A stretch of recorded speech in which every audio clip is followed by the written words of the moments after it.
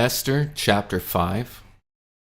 Now it came to pass on the third day that Esther put on her royal apparel and stood in the inner court of the king's house, over against the king's house, and the king sat upon his royal throne in his royal house, over against the gate of the house. And it was so, when the king saw Esther the queen standing in the court, that she obtained favor in his sight. And the king held out to Esther the golden scepter that was in his hand. So Esther drew near and touched the top of the scepter. Then said the king unto her, What wilt thou, Queen Esther, and what is thy request? It shall be even given thee to the half of the kingdom. And Esther answered, If it seemed good unto the king, let the king and Haman come this day unto the banquet that I have prepared for him.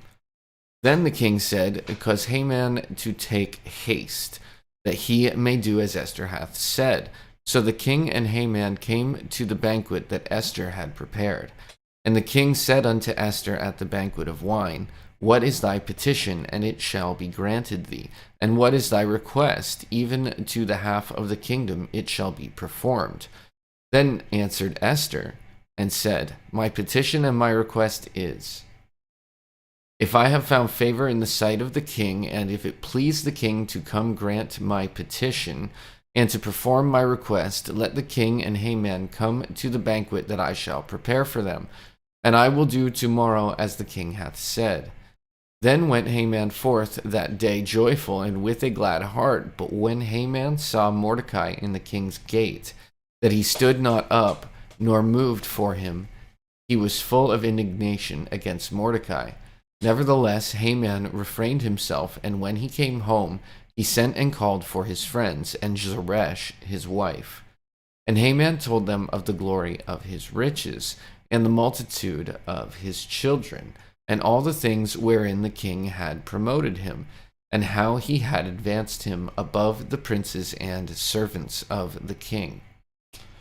Haman said moreover, Yea, Esther the queen did let no man come in with the king unto the banquet that she had prepared but myself, and tomorrow am I invited unto her also with the king.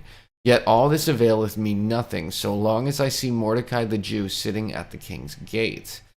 Then said Zeresh his wife and all his friends unto him, Let a gallows be made of 50 cubits high, and tomorrow speak thou unto the king that Mordecai may be hanged thereon. Then go thou in merrily with the king unto the banquet. And the thing pleased Haman, and he caused the gallows to be made. Chapter 6. On that night could not the king sleep, and he commanded to bring the book of records of the Chronicles, and they were read before the king. And it was found written that Mordecai had told of Bigthana and Teresh, two of the king's chamberlains, the keepers of the door, who sought to lay hand on the king Ahasuerus. And the king said, What honor and dignity hath been done to Mordecai for this? Then said the king's servant that ministered unto him, There is nothing done for him. And the king said, Who is in the court? Now Haman was come into the outward court of the king's house, to speak unto the king to hang Mordecai on the gallows that he had prepared for him. And the king's servants said unto him, Behold, Haman standeth in the court. And the king said, Let him come in. So Haman came in, and the king said unto him, What shall be done unto the man whom the king delighteth to honor?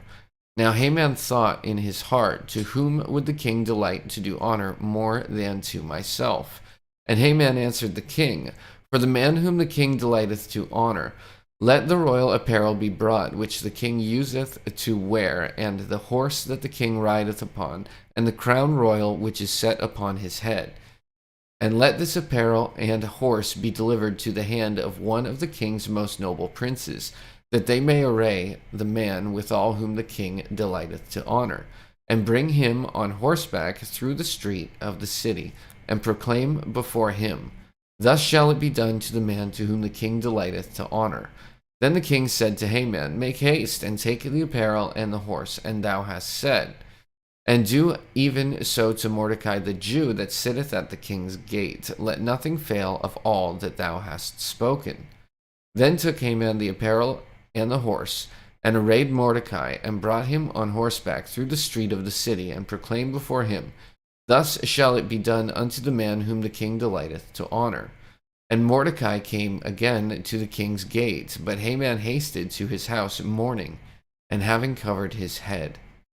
And Haman told Zeresh his wife, and all his friends, everything that had befallen him. Then said his wise men and Zeresh his wife unto him, If Mordecai be of the seed of the Jews, before whom thou hast begun to fall, thou shalt not prevail against him, but shalt surely fall before him.